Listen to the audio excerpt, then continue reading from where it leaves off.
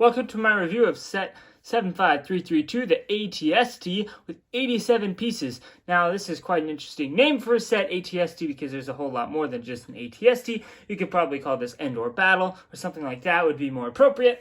You get 3 minifigures in this set. We'll go into that. But first off, the box art, typical box art, and then the 4+ kind of, really dumbing everything down like it isn't already.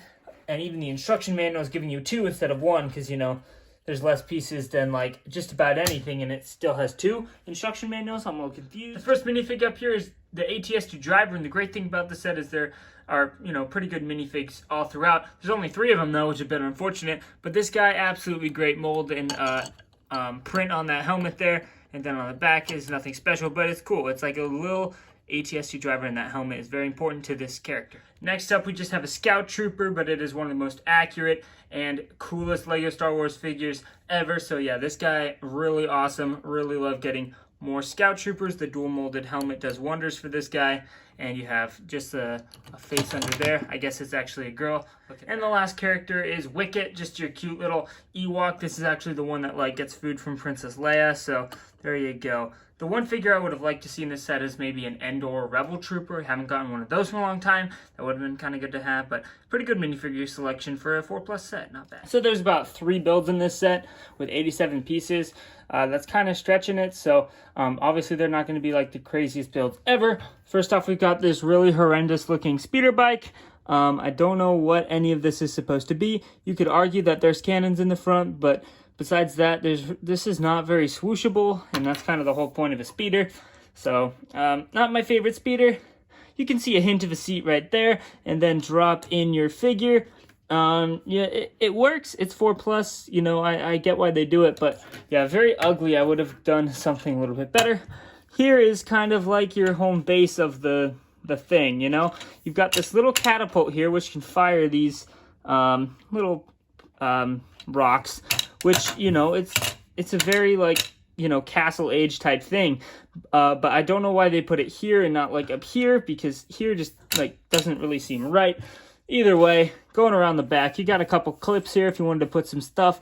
You got a little indentation. You can, hide someone in there, or you can throw them up top, if you want them just taking out the bad guys from up here in that little tree that just is conveniently sawed off halfway up.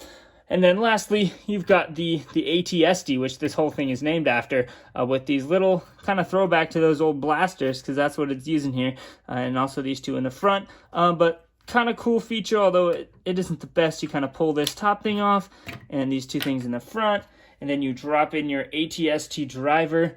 This is kind of cool. This whole top is one piece, and then these bottom legs too. So even though it's an 80, even though it's only an 87 piece build, it's actually a little bit substantive because of all these kind of sort of big-ish pieces on this ATST. But yeah, there you go. Kind of a process to get him in there.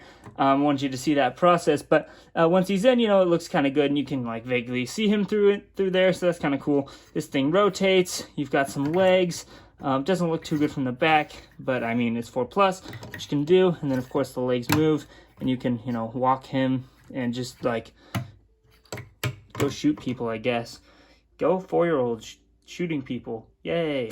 But let's not forget, guys, that this set is $35 for 87 pieces. The price per piece ratio is out of this world. It's ridiculously big. I would have liked for $35 to at least have one more figure. That figure being a Rebel Trooper. I feel like that would have been a great inclusion to really kind of round off this battle, make it 2v2. And, 2v2, one of them still has a primitive weapon. I mean, yes, they do work, but do they really work that well? Probably not. So I would have really liked to see one of those guys, but, alas, I wouldn't pick this up if I were you. Yeah, wouldn't do it.